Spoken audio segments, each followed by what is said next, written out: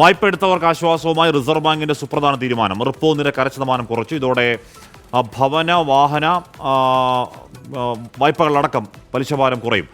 ശ്രീനാഥ് ചന്ദ്രൻ വിവരങ്ങളുമായി ചേരുന്നു. ശ്രീനാഥ്, റിപ്പോ നിരക്ക് കുറയുന്നത് ഓഹരി വിപണികളിലും പ്രതിഫലിക്കുന്നുണ്ട്, ഉണർവ് കാണുന്നുണ്ട്.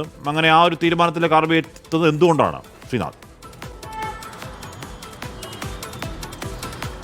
ഹാഷ്മി, പല സാഹചര്യങ്ങളുണ്ട്. അതിലൊന്ന്, വിലക്കയറ്റം വലിയ തോതിൽ കുറഞ്ഞു നിൽക്കുന്നുണ്ട് രാജ്യത്ത്. അതിപ്പോൾ ഉപഭോക്തൃ വിലക്കയറ്റം നമ്മൾ പരിശോധിക്കുമ്പോൾ ഏറ്റവും ഒടുവിലെ കണക്ക് പ്രകാരം 3.16 ആണ്. ഗ്രാമമേഖലകളിലേക്ക് പോകുമ്പോൾ അത് 3%-നും താഴെയാണ്. അതുകൊണ്ട് വിപണിയിലേക്ക് കൂടുതൽ പണം എത്തിക്കാൻ RBI ശ്രമിക്കുന്നു. ഒപ്പം GDP കഴിഞ്ഞ വർഷത്തിൽ അത് 6%-ലേക്ക് എത്തുന്നു എന്ന് വരുമ്പോൾ അത് കഴിഞ്ഞ 4 വർഷത്തിനിടയിലുള്ള ഏറ്റവും കുറഞ്ഞ കണക്കാണ്. അപ്പോൾ വാണിജ്യ വ്യവസായ മേഖലകൾക്കൊക്കെ തന്നെ ഒരു ഉണർവ് ഉണ്ടാക്കേണ്ടതുണ്ട്. ഇതെല്ലാം മുന്നിൽ കൊണ്ടുകൊണ്ടാണ് RBI ഇപ്പോൾ പലിശ നിരക്ക് 0.5% കുറയ്ക്കുന്നത്. അങ്ങനെ ഇപ്പോൾ റിപ്പോ നിരക്ക് 5.50% നേരത്തെ 2 തവണ 0.25% വീതം കുറച്ചതാണ്. കഴിഞ്ഞ 2 തവണയും കുറച്ചതാണ്. അതിൻ്റെ തുടർച്ചയെന്നോണം ഇത്തവണ 0.5% കൂടി കുറയ്ക്കുമ്പോൾ അത് 5.50-ലേക്ക് എത്തുന്നു.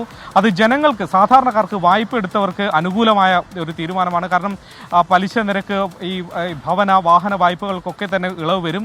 ഭവന വായ്പ നമുക്കറിയാം, സാധാരണ ബാങ്കുകൾ 7%-നും 8%-നും ഇടയിലാണ് ഈടാക്കുക. അത് പലിശ നിരക്ക് അത് 7%-ലും കുറവ് വരുമെന്നതാണ് നമ്മൾ സാധാരണ ബാങ്കുകളിലെ കണക്കുകൾ പരിശോധിക്കുമ്പോൾ മനസ്സിലാക്കാൻ വേണ്ടി കഴിയുന്നത്. അങ്ങനെ ജനങ്ങൾക്ക് അതുകൊണ്ട് നേരിട്ട് അവരെടുത്ത വായ്പാ ഭാരം കുറയും എന്നതാണ് ഈ തീരുമാനത്തെ സാധാരണക്കാരെ സംബന്ധിച്ചിടത്തോളം സുപ്രധാനമാക്കുന്നത്. ഹാഷ്മി. ഓക്കെ, ശ്രീനാഥ് ചന്ദ്രനാണ് വാർത്തയുടെ വിവരങ്ങൾ നൽകിയത്.